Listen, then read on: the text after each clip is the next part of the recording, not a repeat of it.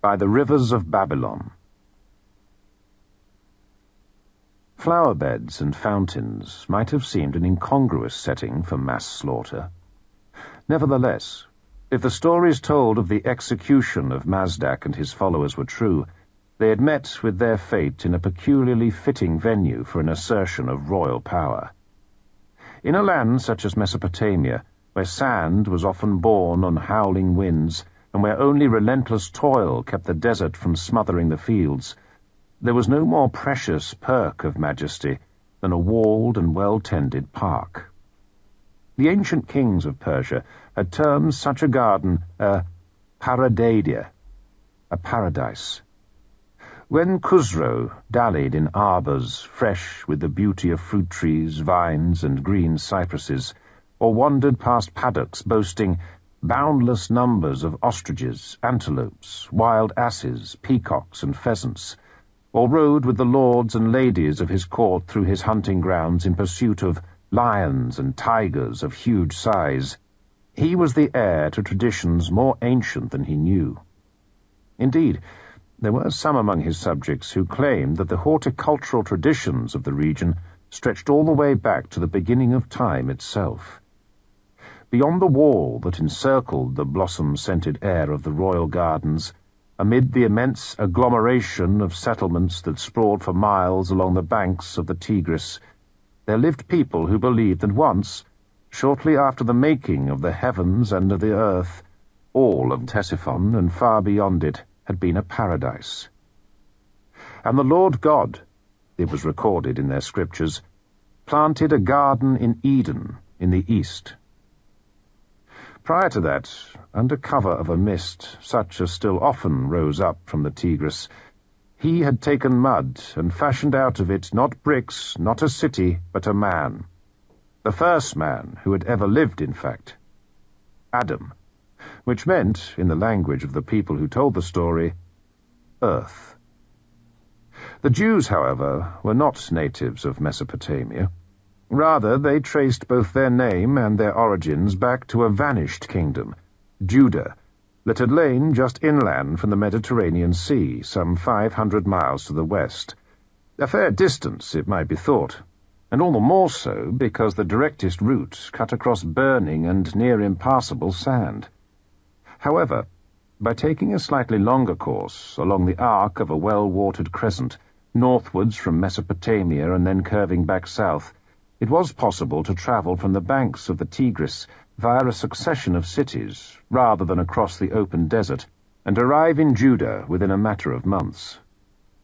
1100 years before the time of Khusro, this had proved sufficient to doom the tiny kingdom's independence. In 586 BC, a vast Mesopotamian army had descended upon its capital, a temple-topped city named Jerusalem, and put it to the torch. The wretched kingdom's elite had been carted off into exile. Their god, who was believed by the Jews not only to have chosen them as the objects of his especial favor, but also to have been the creator of the entire universe, seemed to have abandoned them for good. 1,000 years on, however, and it was not the Jews who had vanished from Mesopotamia, but the very memory of the conquerors who had first hauled them there in chains. Preserved in the Jewish scriptures were the visions of a man named Daniel, said to have been one of the original exiles from Jerusalem. In a dream, he had seen a tempestuous sea, out of which had emerged 4 great beasts. These monsters, according to an angel who interpreted the dream for the prophet, were 4 great kingdoms that were destined to inherit the earth, until, at the end of time, the saints of the Most High shall receive the kingdom, and possess the kingdom forever, forever and ever. That Daniel's vision had been a true one, and that the course of history was indeed to be interpreted as a succession of mighty empires, each one consigning its predecessor to oblivion, was more manifest in Mesopotamia, perhaps, than anywhere else on earth. For the land was an entire graveyard of abandoned capitals. Its two great rivers, rather than flowing obediently within their banks, were like restless serpents, shaking their coils with such sporadic violence that entire cities were left high and dry, or else submerged and returned to mud. The Jews of Ctesiphon, when they wandered along the banks of the Tigris, could see the shells of abandoned buildings, partly dissolved by the turbid waters. Remnants of Ver-Ardashir, the first capital raised by the house of Sassan, and built according to a perfectly circular plan, but which, upon an abrupt and calamitous shifting of the river's course, had been sliced in two. In turn, of course, beyond Ver-Ardashir, there loomed the sand-throttled ruins of Seleucia, its harbour choked by silt and reeds. And beyond them, some 40 miles across the mud steppes, an even more battered monument to human vanity. A place that was now nothing more than mounds and stones and decay, but once, long before, had been the greatest city in the world. Abandoned by the Euphrates, emptied of its population and despoiled of its brickwork, the name of the ruin was barely to be heard now on people's lips. The Jews, however, did speak it. They had not forgotten the vanished city, nor the glamour and the terror of its reputation. They still remembered Babylon. As well they might have done, for it was a king of Babylon who had burned their capital, enslaved their ancestors, and first embodied for the Jews that peculiar and terrifying intoxication which was the lust to rule all of mankind. The nations drank of her wine, therefore the nations are mad. Conversely, in the ruin of such a city, there had been offered to the Jews a precious reassurance that there existed no earthly empire so great or overweening that it might not one day be dashed to pieces by their divine protector. All the convulsive rhythms of history, which over time had served to offer now one nation and now another the sceptre of the world, bore witness to nothing in the final reckoning, save the purposes of the one God of the Jews. That was why, in the heartlands of Mesopotamia, it was the Jews themselves who still maintained the sacred habits of their worship, while all the temples of Babylon had become a heap of ruins, the haunt of jackals, a horror and a hissing without inhabitant. Only in a single city, one that lay right on the margins of the one-time Babylonian world, at the uppermost point of the fertile crescent's arc, just beyond the frontier with Rome, did the ancient faith of Mesopotamia continue to flicker. For in Haran they still worshipped the ancient gods. The landscape beyond its walls was filled with idols, strangely preserved, withered corpses. Both animal and human were wedged into fissures above mountain roads. Eerie figures, framed by peacock feathers and crescent moons, stood guard over desert lakes. The mightiest idol of all, however, and the glory of Haran itself, was a colossal statue of the city's patron, Sin, the Lord of the Moon. Annually, the god's worshippers would hoist him on their shoulders, carry him from his temple, parade him all around town, and then return him in triumph to his sanctuary on a barge. The rituals of this festival, the Akitu, were of a quite staggering antiquity, and had once been practiced across Mesopotamia. Nor did the priests of Sin, who conducted them with a grave and sombre sense of reverence, ever forget it. Yet in truth, the same obduracy with which the people of Haran clung to their ancient cult served only to emphasize their freakishness. In Mesopotamia, the balance of power had long since swung against any notion that the moon, the sun, and the stars might conceivably be deities. The Haranian idols, demonic though they often seemed to nervous visitors, were the merest flotsam left beached by a retreating tide. The Jews, whose prophets had long foretold the doom of all gods save their own, found a particular vindication in this. By the purple and linen that rot upon them, you will know that they are not gods, and they will finally be consumed, and be a reproach in the land. Nevertheless, For all the mingled scorn and dread with which they cast their backward stare upon the primordial traditions of Mesopotamia, the Jews had never ceased to be fascinated by them. The land that had served the first man and woman as an earthly paradise had also provided humanity with the wellsprings of its learning, a precious legacy from an otherwise vanished world. Just as the Tigris had turned all the grandeur of Ver Adashir to mud, a great flood had submerged the whole earth and dissolved all traces of Eden. Had a man named Noah not been given forewarning of the calamity and built a massive ark, then life itself would have been obliterated. However, not every trace of the world before the flood had been lost, for Noah's descendants, digging amid the mud of Mesopotamia, had stumbled across a buried cache of books. These, when they were deciphered, had been found to contain the wisdom of the earliest generations of men, necromancers who had lived before the flood.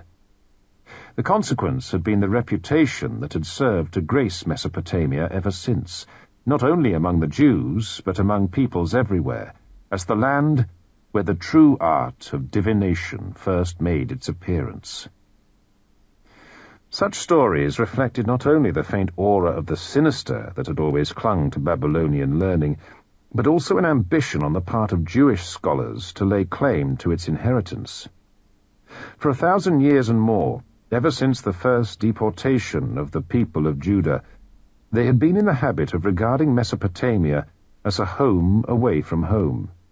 Naturally, they had never entirely conquered their sense of homesickness. Jerusalem, the capital of their God-given homeland, would always represent for them the most sacred place on earth.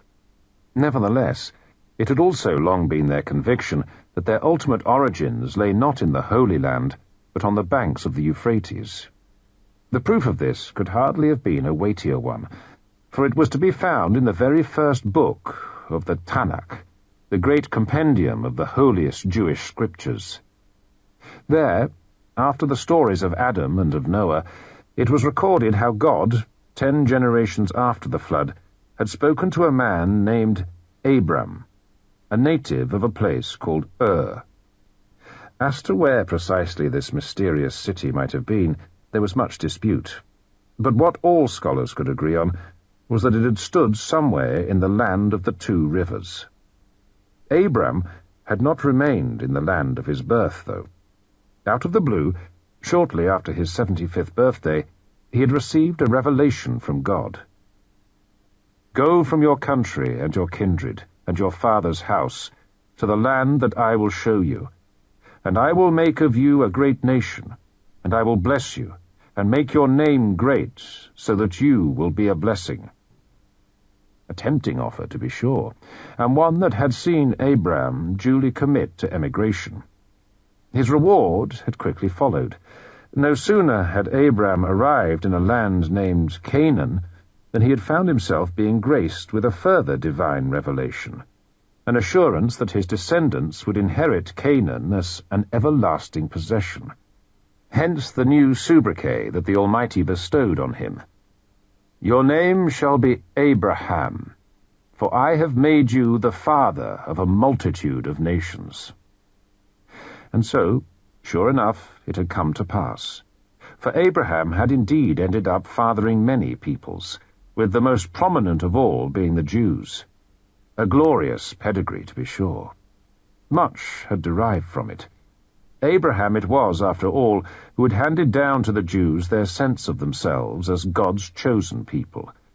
But he had also bequeathed them something more, the title deeds to what had once been Canaan, and now ranked as their promised land. A gift that, coming from the Almighty, could only be for keeps.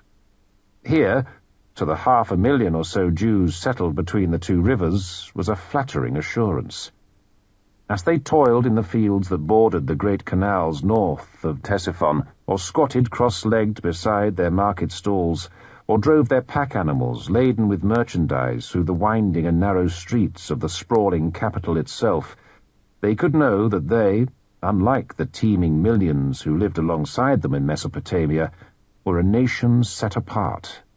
for they had a homeland granted them of God. But this did not mean, by and large, that they actually wished to go and live in their promised land. Granted, any Jew who happened to dream of barley would, so their sages had pronounced, be expected to move there straight away, but most much preferred the idea of emigration to the reality.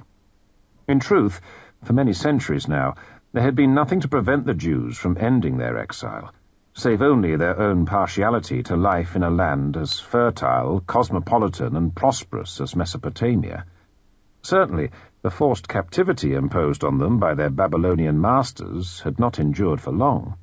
A bare 4 decades or so after the sack of Jerusalem, it had been the turn of Babylon herself to fall.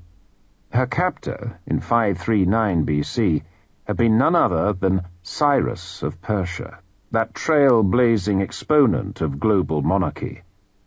The Jews, unsurprisingly, had hailed his achievement in rapturous terms, for not only had Cyrus humbled the hated strumpet city of Babylon, but he had also granted them permission to return to Jerusalem and rebuild their annihilated temple. Yet though many had gratefully taken the Persian king up on his offer, just as many had not. Instead, they and their heirs had remained where they were, and put down such roots in the rich, thick soil of Mesopotamia that not all the savagery and swirl of great power politics gusting across the landscape of the Near East for a millennium and more had served to uproot them. Instead, it was upon the descendants of the Jews who had returned to the Holy Land that devastation over the course of the centuries had been repeatedly visited. So much so that by the early 3rd century AD, when Ardashir and his Persians had first come clattering into Ctesiphon, it was not Jerusalem and its environs that provided the Jews with their surest heartland, but the banks of the Tigris and Euphrates. This was a development that verged, in the circumstances, on the miraculous. Immigrants to Mesopotamia were rarely in the habit of preserving the memory of their origins for more than a couple of generations at best. The region had long experience of serving as a melting pot, for the rich fertility of its soil was not the only source of its prodigious wealth. Lying as it did midway between the Mediterranean Sea and the Indian Ocean, between the steppes of Central Asia and the deserts of Arabia, it was incomparably well positioned to serve as the world's clearinghouse.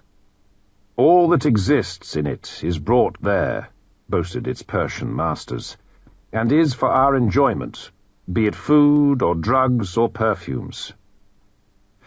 The consequence of this could be sampled with a simple stroll through Ctesiphon. Whether in the overflowing bazaars, or in the few streets large enough to cater to carts and livestock, or in the narrow alleyways through which only pedestrians could gingerly pick their way, there was not a language spoken under the sun, but it could be heard somewhere in the monstrous city.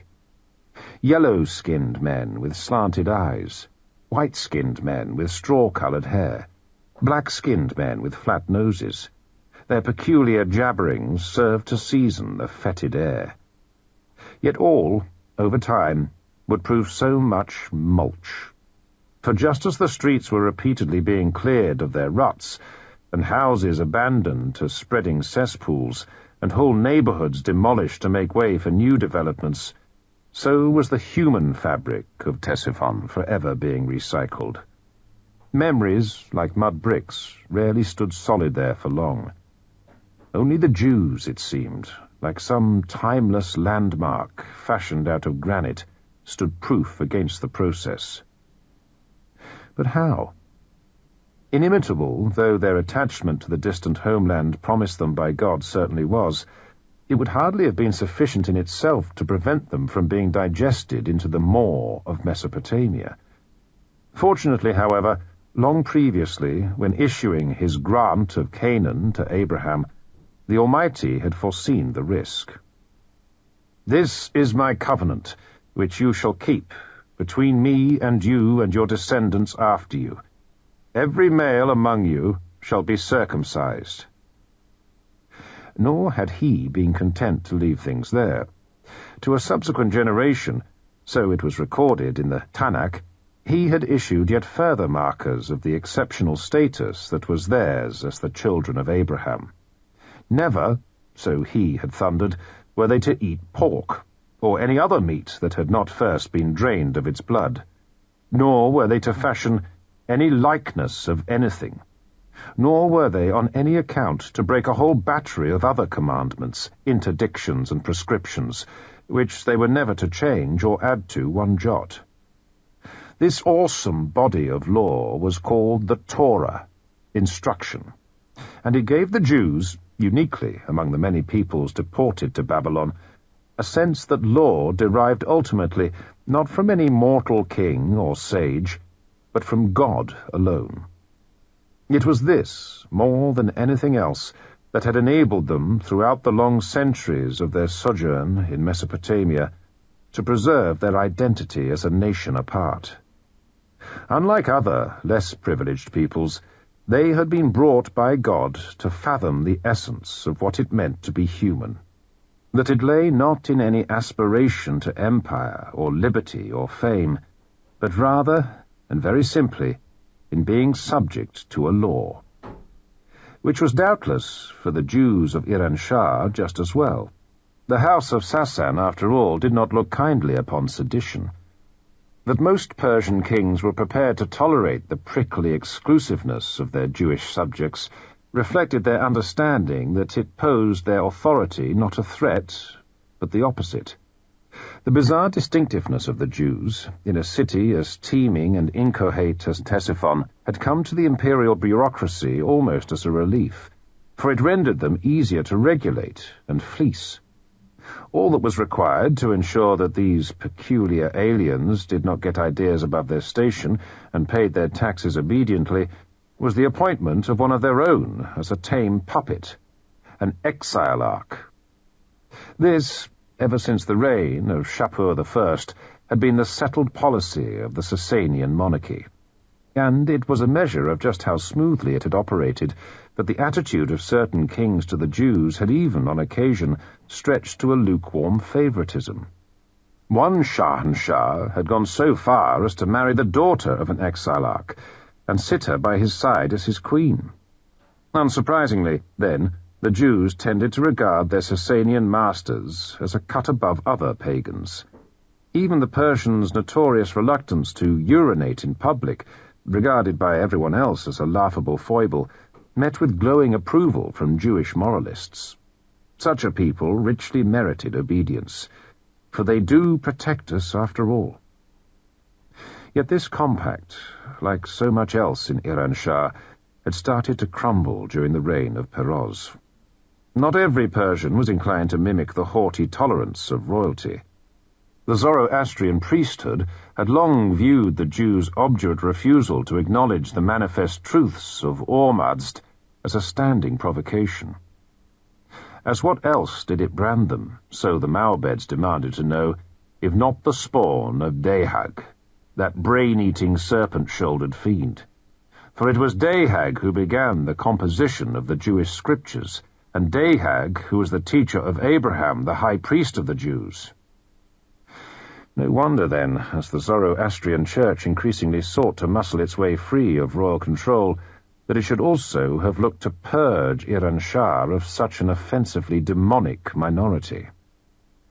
Already, in the reign of Peroz's father, the Maobeds had begun to lobby for the policy as a surefire way of regaining those portions of their ancient empire that had been lost for good to Alexander. For only convert to one religion all the nations and races in your empire, they had advised the Shahanshah, and the land of the Greeks will also obediently submit to your rule. It was Peroz, however, eager to clutch at any straw, who had shown himself most receptive to the argument. In 467 he had duly sanctioned the execution of leading members of the Jewish elite, including the exilarch. The following year he had banned the teaching of their scriptures and the practicing of their law. In 470 he had abolished the post of exilarch altogether. The reversal of long-term royal policy could hardly have been any more brutal. For the first time in their millennium-long history, the Jews of Mesopotamia had suffered active persecution. Worse, they had faced abolition as a distinctive people. Swiftly and surely, however, the wicked Peroz, had been struck down. He and all his army had been obliterated. The agonies of Iran Shah, so the Jews could reflect with a grim complacency, had served as the verdict of an outraged heaven. Others, too, of course, had arrived at much the same conclusion, and among them had been Karvad. The clinging to a discredited policy, just because the dropping of it might offend the Maobeds, was hardly the new Shahanshah's style. And so it was, it appears, that the ban on the teaching of the Jewish law had been quietly dropped. Many Jews, eager to show their gratitude, duly rallied to his cause. In time, they came to play such a prominent role in his armies that Karvad himself, if obliged to fight on a Jewish holy day, had been known to request his adversaries for a temporary truce. Everything, it seemed, was back to normal. The balance that the Jews of Mesopotamia had always sought to strike between obedience to their overlords and a yearning to be left alone appeared restored to its customary equilibrium. Except that the trauma of persecution could not so easily be forgotten. To ban Jews anywhere from studying their scriptures and their laws was, of course, to deliver them a crippling blow. And yet to ban the Jews of Mesopotamia was an act of peculiar vindictiveness. To a supreme degree, they were still, as they had ever been, a people of the book. Scholarship possessed the aura for them of something incomparably glorious, for in Mesopotamia, attentiveness to the word of God, such as came naturally to any Jew, had fused with a robust pride in the region's glamorous reputation for ancient wisdom, and which could be traced back to the giants who had flourished before the flood. Tellingly, the Jewish sages who lived in the land of Abraham's birth had always taken it for granted that the favors granted to their ancestor had been his due, not simply as a man of God, but as a polymath, superior to all others in wisdom. No surprise, then, that by the time that Ardashir took control of Ctesiphon, Mesopotamia should have come to boast what ranked by the admiring assent of the Jewish people everywhere as the two leading centers of scholarship in the world. Sura and Pumbedita lay some 100 miles apart, but were in every other way the mirror image of one another. Both stood on the western bank of the Euphrates. Both were largely populated by Jews, and both gloried in the possession of a yeshiva, or school, with ambitions to change the world. It was the self-appointed mission of these two institutions, a bold and extraordinary one, to replicate on earth the very pattern of the heavens. For to understand the Torah properly, so the sages who taught in them believed, was to fathom the deepest and most hidden purposes of God. Naturally, the laws that had been given to their ancestors could never be altered, but what if there were more to them than met the untutored eye? Such was the question to which the sages of Sura and Pumbedita gave an answer quite staggering in its implications.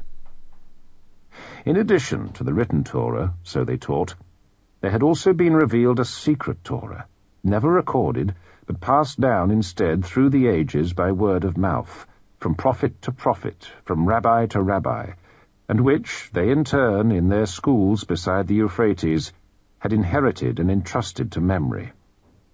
This was the same Torah that God himself, before embarking on the creation, had made sure to peruse, that the angels studied ceaselessly, and that a mortal, if sufficiently learned, might use to sway demons, to change the weather, or to communicate with the dead. No wonder, then, that any sage who could legitimately lay claim to such an awesome body of wisdom should be hailed by his students as rabbi, master. No wonder, either, that the sages of Mesopotamia, in the wake of the shock that Peroz had given them, should have realized just how precarious a thing a yeshiva might be, and how very easy to close down. Was it really a safe bet, some of them began to ask, to entrust a treasure as incomparably precious as the unwritten Torah solely to the memories of rabbis? Not, of course, that they were the only sages to have fretted over such a question. It was a very similar anxiety, ironically enough, that had prompted the Maomedes to put the sayings of Zoroaster for the first time into writing. Now, a couple of decades or so after the death of Peroz, and the rabbis of Mesopotamia were braced for an even more grueling project of scholarship. To transcribe those revelations of God that had hitherto only existed inside their heads was certainly no simple matter. Over the course of many years, the great scholars of Sura and Pumbedita had sought to demonstrate to the Jewish people that the demands of the Torah, both written and spoken, could be applied to even the most mundane aspects of day-to-day life. That geese, for instance, should not be permitted to copulate, and that it was wrong to laugh at the overweight, and that migraines could best be cured by pouring the blood of a dead rooster over the scalp. These and a whole multitude of teachings like them were not, so the rabbis claimed, additions to the unchanging law of God, but rather clarifications of it, and as such were themselves a part of the Torah. They too, accordingly, would all have to be recorded. Not so much as a single ruling, not a single detail could be omitted. So it was that the written record of the rabbis' learning, their Talmud, was brought to testify to an apparently puzzling truth. The Torah, which the rabbis attributed to God himself, and which they claimed had first been revealed to the Jewish people way back in the mists of time, was composed in part of their very own commentaries upon it. Not only their commentaries either, even the size of their respective penises was held by the sages to merit detailed mention. Now this, to anyone untutored in the stern disciplines of rabbinical learning, might have appeared a nonsense. And yet the mysteries of God's law, it went without saying, were hardly such as could be framed by mere mortal logic. Any new insight into the Torah, provided only that it derived from a rabbi with the requisite qualifications, ranked as a revelation direct from the Almighty, no more and no less so than the written Torah itself. The task that the rabbis of Mesopotamia had set themselves of transcribing their Talmud would take entire lifetimes to complete. Such a project could hardly be hurried after all.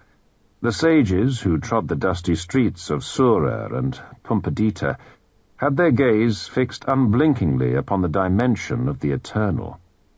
The focus of their researches was the entirety of creation, nothing less. They alone, by virtue of their prodigious feats of study, had fathomed the precise configuration of the will of God, and, as a consequence, so it seemed to the rabbis, of the past and the future as well. Certainly it never crossed their minds that there might have been a time when men such as themselves had not existed. The prophets of the Tanakh, the angels, even God himself, were all recast in their own image as rabbis. Likewise, in their heroic struggle to identify and define every conceivable application of the Torah, the scholars of Mesopotamia had no doubt that they were shaping the order of what was to come. Fortress-like though the isolation of their yeshivas certainly was, yet the rabbis were all too painfully conscious of the horrors in the crumbling world beyond. Their aim, in devoting their lives to study, was not to escape such evils, but rather to purge them upon the coming of a golden age. For God had given to the Jewish people the assurance of a new and blessed era, when all ruined cities will be rebuilt, when the cow and the bear shall feed together, and when death will cease in the world. Only once Jews everywhere had been brought to a proper understanding of the Torah, however, would this blessed moment arrive. If you are worthy, I will hasten it. If you are not worthy, then it will be left to arrive in its own good time. Such, the rabbis explained, was the bargain that the Almighty had struck with his people. The future of the world lay in their hands. Yet like the Maomedes and the Mazdakites, whose yearning for an age when justice and mercy would prevail had seen them snatching after the reins of earthly power, the rabbis were not so unworldly as to disdain the making of a similar grab. Time was clearly dragging. God himself, as every Jew well knew, had promised his chosen people a saviour. The Anointed One, he would be called. The Mashiach, or Messiah. With such a king at the head of the Jewish people, the world's promised redemption from suffering would have dawned. And who was to say that the convulsions of the present age did not herald its imminence? When you see the great powers contending one with another, so it was written, then look for the foot of the Messiah. And yet, however, with not so much as a toenail in evidence, there was a desperate need for the Jewish people to be graced with an alternative leadership, one that could serve to instruct them in the obedience demanded of them by God, and thereby to speed the Messiah's arrival. And how fortunate it was, how very fortunate, that just such a leadership should have been ready to hand. Teaching and the mastery of a people, so a celebrated rabbi had once piously averred, have never coincided. But that had not stopped his successors from hankering after both. Tensions between the rabbis and the exilarchate had been seething for years, and now, with the exilarch vanished from the scene, the sages of Sura and Pumbedita did not hesitate to step into the breach. Even as they continued to toil away at their transcription of the Talmud, so also, with a quite awesome display of self-assurance, were they working to impose its dictates upon the entire Jewish nation. From highest to lowest, from landowners to labourers, all were to be shaped and controlled by it. And yet the rabbis, in their determination to force through this revolution, could not, as the Maomedes had done, draw upon royal backing, nor, like the Mazdakites, resort to armed insurrection, nor, if they were truly to seize the commanding heights of their society, could they confine themselves simply to administering the law courts or liaising with imperial bureaucrats. The power that the rabbis felt called upon by God to wield was hardly to be justified in terms of bare expediency. Only the single path would ever lead them to the rule of the Jewish people. The rabbis had to offer themselves not as functionaries, nor even as judges, but as living models of holiness. Whoever carries out the teachings of the sages is worthy to be named a saint. Once, even in a land as respectful of learning as Mesopotamia, such a maxim would have been dismissed by many Jews as merely an ivory tower fantasy. Increasingly, however, as the leaders of the yeshivas responded to the convulsions of the age with an outward show of defiance and an inner display of certitude, they were gathering ever more admirers to themselves. Lacking in swords or silks or mail-clad horses the rabbis might have been, but they had their own markers of power nevertheless. There were the pregnant women, eager for their unborn sons to be imbued with a spirit of sanctity and scholarship, who haunted the limits of Sura and Pumbedita. There was the widespread conviction that even a blind rabbi, should he ever be mocked, had only to turn his gaze upon the wretch who had insulted him, and the offender would immediately be reduced to a heap of bones. Above all, saturating every level of Jewish society in Mesopotamia, there was the gathering acceptance that the rabbis were justified in all their soaring claims, that the will of God could indeed only be known through the prism of their scholarship. The Torah, revealed to a grateful people in all its hitherto unsuspected complexity and detail, could now begin its proper task, that of moulding every last Jew into a rabbi. A consummation devoutly to be wished. For then the Messiah would come. Every grape would yield 30 full measures of wine, and every woman would bear a child on a daily basis. In the meanwhile, however, prior to the dawning of this happy age, there was an additional reason, perhaps, why the rabbis of Mesopotamia could revel in the gathering pace of their winning of Jewish hearts and minds. At the beginning of time, so it was recorded in the Talmud, God had spoken to all the nations of the world, offering them each in turn the Torah. But all had repudiated it and refused to receive it. Only the ancestors of the Jews had been willing to accept the precious gift, and by doing so, they had preserved humanity from annihilation. For had the Torah only been rejected, the entire purpose of creation would have failed. The rabbis then, by awakening their countrymen to a profounder understanding of what was required of them by the law of God, were also working to keep the world itself upon an even keel. The more Jewish the Jews became, in short, the better for everyone. But what if the opposite happened? What if the chosen people, seduced by some treacherous and plausible idolatry, should stumble and fall, and lose their identity altogether? For centuries before the founding of the schools of Sura and Pumbedita, the Jews of Mesopotamia had managed to stand proof against the temptations of all the false gods of Babylon, and demonstrated that it needed no rabbis for them to maintain their distinctiveness. Yet over time, a new and more dangerous temptation had arisen, a teasing and honey-voiced heresy that adorned itself with the beauties of the Tanakh itself, and wore them as a whore would her paint.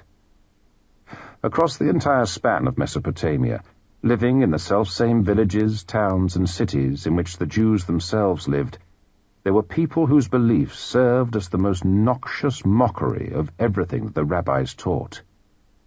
There was no hidden Torah, these minim or heretics claimed, beyond that which the rabbis themselves had fabricated. Nor was there any need to prepare for the coming of the Messiah, for the Messiah had already come. His name, according to the minim, was Jesus, a man who, half a millennium previously, had been nailed by the Romans to a cross and then risen from the dead. The reality, it went without saying, was far different.